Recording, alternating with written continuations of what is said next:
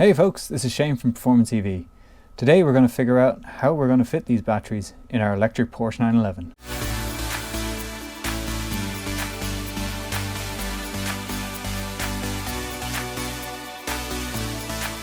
Hey folks, welcome to the channel. Thank you so much for joining us.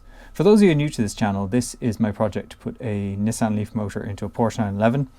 And over the past few weeks we've been gradually looking at and taking apart the Nissan Leaf Battery Pack that I've got to power the Nissan Leaf motor here to actually drive this car. So in the last episode, which there'll be a link to up above, you'll see that we took apart the battery pack down to all its individual cells and other components. And now we've got the not very daunting at all task of trying to figure out how we're going to fit it into this engine bay here. So the battery pack stripped down, we've now got plenty of components that we can actually look at in terms of size, dimensions, volume and all that sort of thing, and start to figure out how we're going to fit this in the car. It's going to be a lot of measuring and calculating to start with, and then we can actually hopefully in the not too distant future start building the pack. But today I want to take you through the space we've got here, the components of the pack that we need to try and figure out how to fit, and what we're doing or what we're thinking about in terms of fitting it. So let's get to it. So in terms of the space we've got available to us, there is some amount of flexibility, but there are also a few things that are essentially in place, and we can't really move them. The big ones are, of course, the motor itself. As part of the work that I did a few months ago to figure out the best placement, we got that as far forward in the car as we could, but there's no real further give any further forward, so we can't really move this.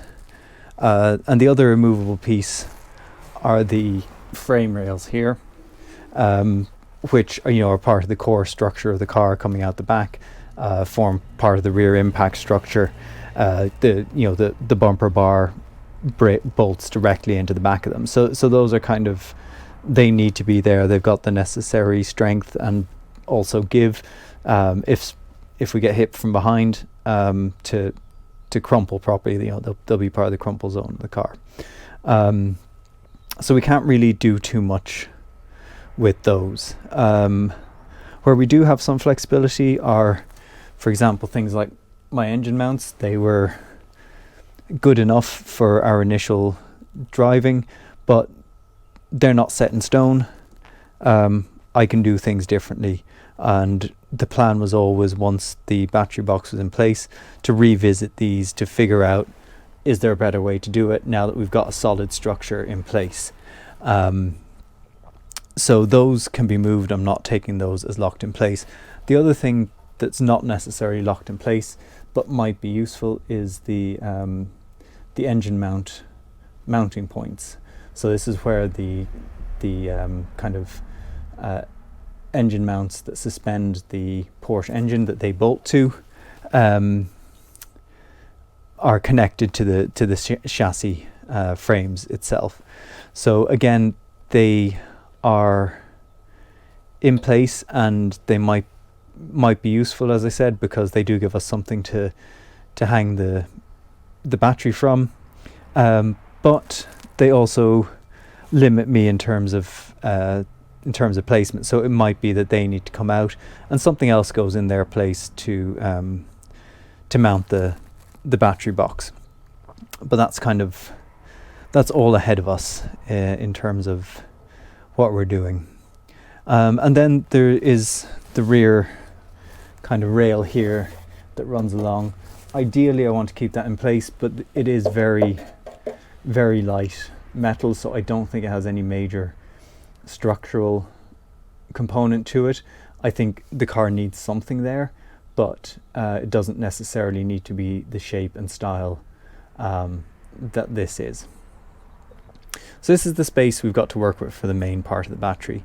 I want to fit as many battery cells as I can in here, but it doesn't have to just be here. There are a few other pockets of space that we've got, and we'll just go look at those now.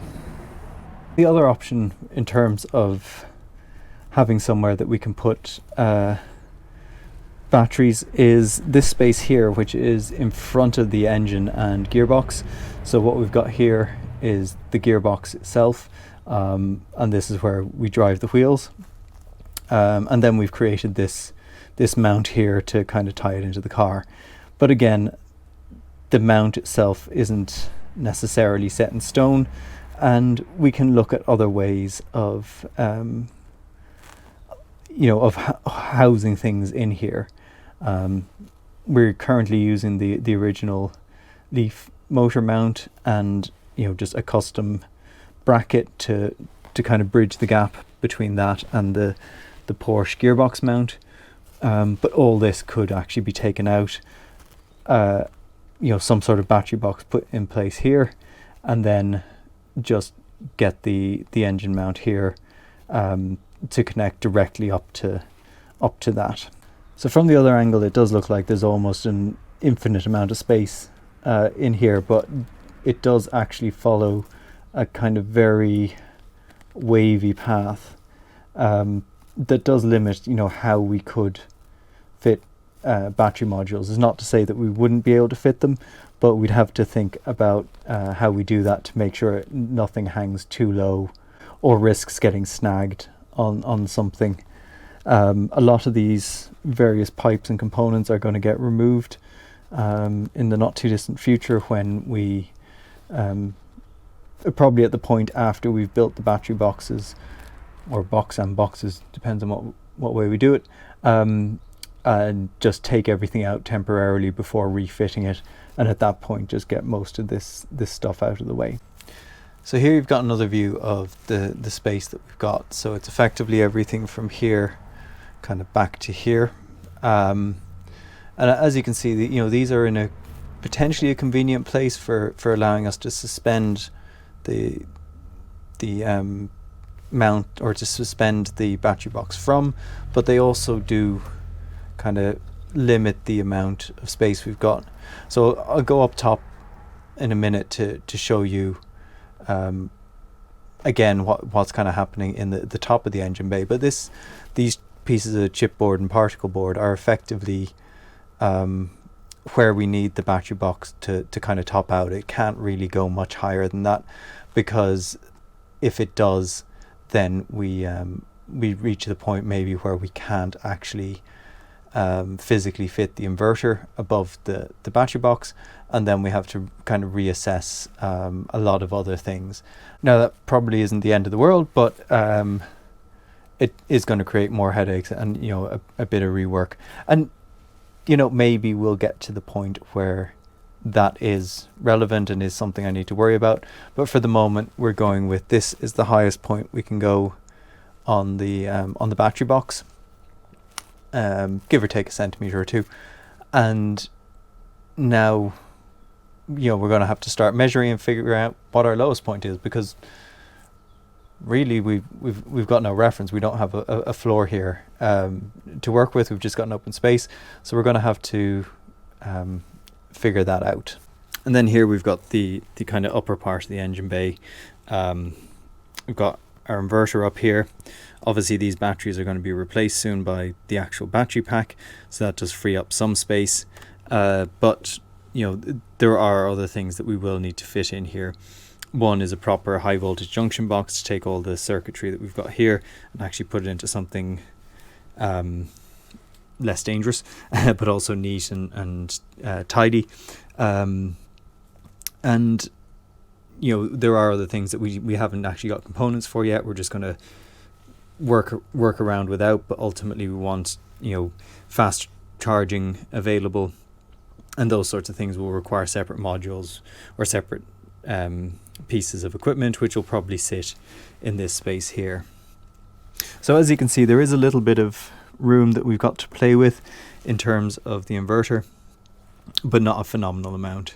So we do need to be a little bit careful about what we're doing with the layout of the battery, and potentially we can change the orientation of the inverter to make it try and fit a little bit better.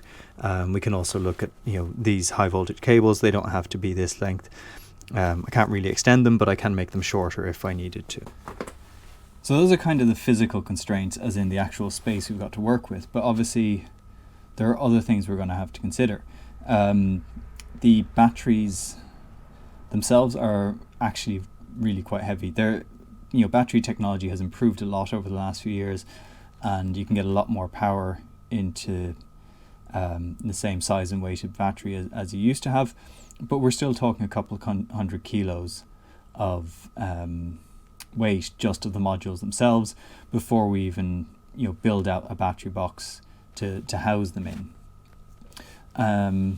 The Porsche itself is obviously a rear engine car, so it is kind of biased in terms of weight distribution more towards the rear.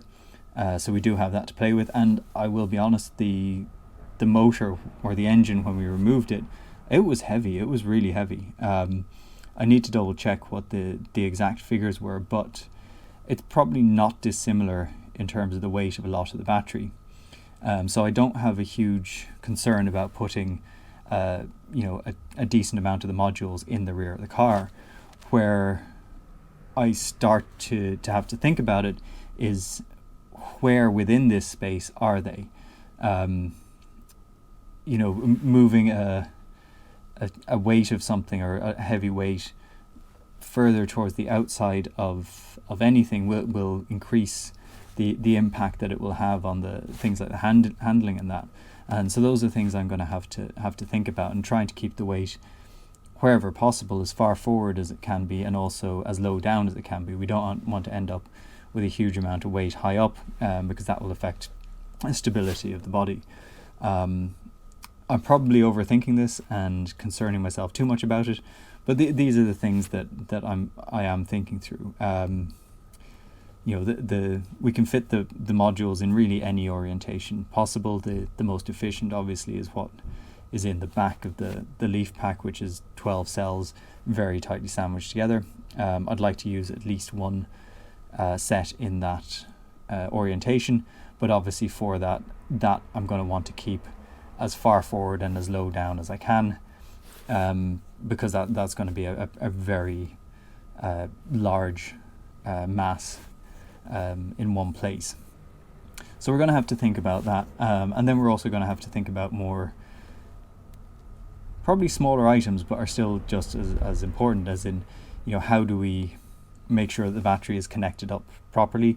So I'd like to reuse as many of the bus bars that Nissan used, even if I have to change how they, the flow of them slightly, to reuse that as much as possible. I don't want to have to create too many new ones. But if we do have to break the pack up into different sections, then obviously I'll need to run cabling between those sections to make it into a single battery at the end of the chain. So we're going to have to think about that, and then also the BMS. So the BMS wires flow neatly into a single module, which I'd like to reuse. There's a decent amount of information online about the CAN messages to and from it, so ideally I'd like to reuse that.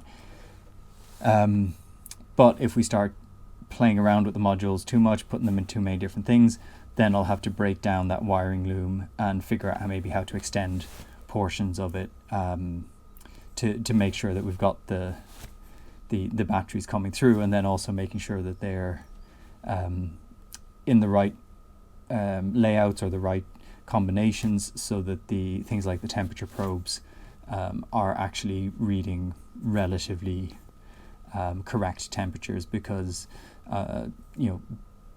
those will have impacts on how the BMS treats the battery, and we don't want it lulled into a false sense of security or anything like that.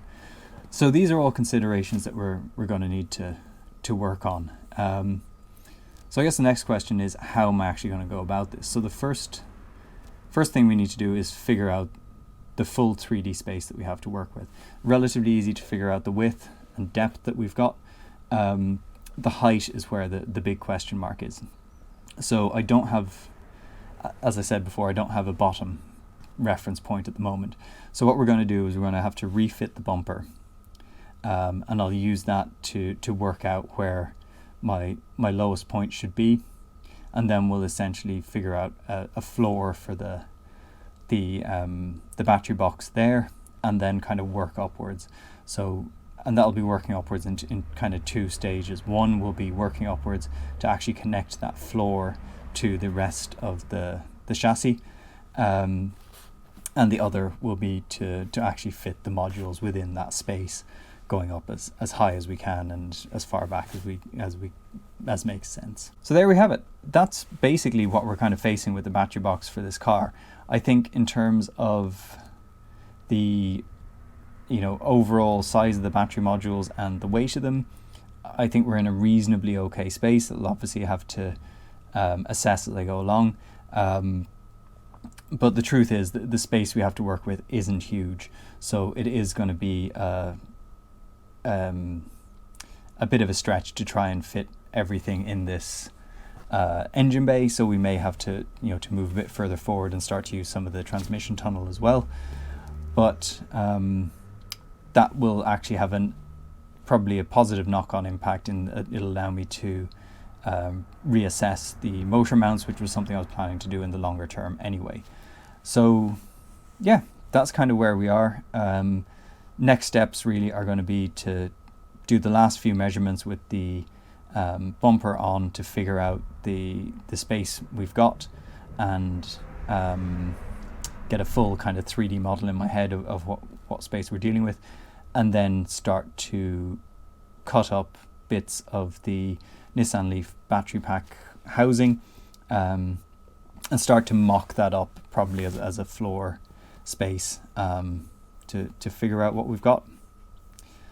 So I hope you'll join me next time. I hope you've enjoyed this episode, just me taking you through kind of my thoughts and where we're going with this. If you're not already subscribed and you like this sort of thing, please do consider subscribing, and as always, likes and comments are really appreciated. But yeah, I hope that you'll join me on the next installment of this adventure. But till then, thanks for joining us, and we'll see you next time.